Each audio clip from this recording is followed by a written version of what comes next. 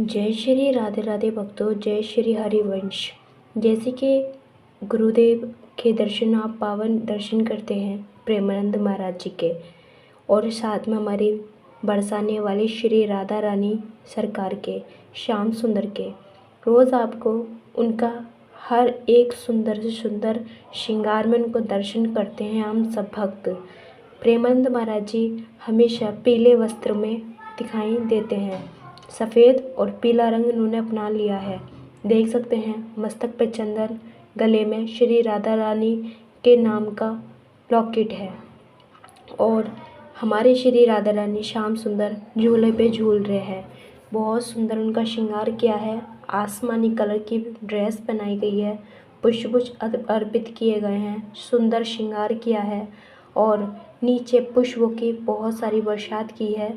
और उनके नाम का जो नाम है और महासंतों का उन्होंने गुरुदेव ने सिंहासन पे विराजमान किया है।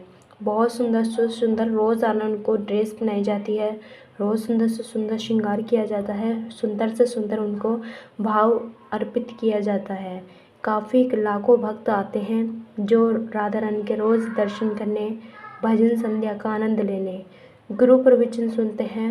प्रेमानंद महाराज जी की सेवादार शिष्य उनकी सेवा में सभी सम्मिलित होते हैं। रोज़ाना परिक्रमा करने के लिए गुरुदेव निकलते हैं। भक्त मार्ग में अपने अपने भाव लेकर अर्पित हो जाते हैं।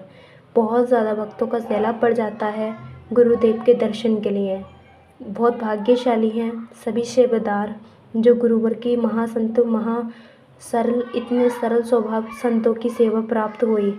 श्री राधा रानी बरसाने वाली सरकार की सेवा प्राप्त हुई।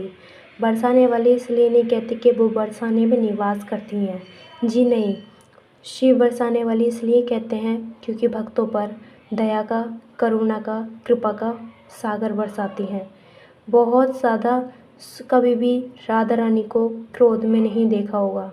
सदा हर मंदिर में उनके विग्रह को मुस्कुराते हुए निहारा गया है। श्याम सुंदर उनके साथ में विराज हुए हमेशा दिखाए गए हैं। हमेशा उनके चेहरे पर मुस्कुराहट रहती है। भक्तों, इस मुस्कुराहट से, इस दर्शन से हमें ये संदेश होता है, जीवन में कैसी भी परिस्थितियाँ आए, हमें अपनी मुस्कुराहट नहीं छोड़नी चाहिए। एक दिन ऐसा आता है परमात्मा उस मुस्कुराहट को अमर कर देता है। जी हाँ, आप सोचते होंगे इंसान अमर नहीं रहेगा तो मुस्कुराहट कहाँ से अमर रहेगी। हमेशा मरते मरते भी कुछ भक्त ऐसे होते हैं उनके चेहरे पे भी मुस्कुराहट रहती है। ज़िंदगी में हाँ, हमेशा आप मुस्कुराओगे और मुस्कुराहट दोगे तो वो तुम्हारी सदा पहचान, यादें हमेशा रह जाती हैं। और हमेशा याद रखना, जो सच्चे भक्त होते हैं कृष्ण भगवान के, शिव भगवान के, या बजरंगबली के, या आपकी भावना माता रानी में जागती है, किसी के भक्त हैं आप, तो हमेशा चेहरे पे मुस्कुराहट, सरल और बहुत सुंदर स्वभाव विचार रखते हैं। हमेशा मुस्कुराहट के साथ ही भक्त मिलेंगे। महासंतों के चेहरे पर मुस्कुराहट रहती है। हमारे ठाकुर जी हर मंदिर में दर्शन करोगे तो मुस्कुराहट के साथ दर्शन होते हैं। भोले बाबा इतने सारे परेशानी, इतने सारा कुछ लेके अपने शरीर पर जहरीले विष को नाग धारण करोए हैं, कंठ में विष धारण करोए हैं, मस्तक पे चंद्रमा धारण करोए हैं, गंगा माँ धारण करोए हैं, फिर भी हमेशा उनको ध्यान में मुस्कुराहट के साथ ध्यान करते हुए दर्शन हुआ होगा।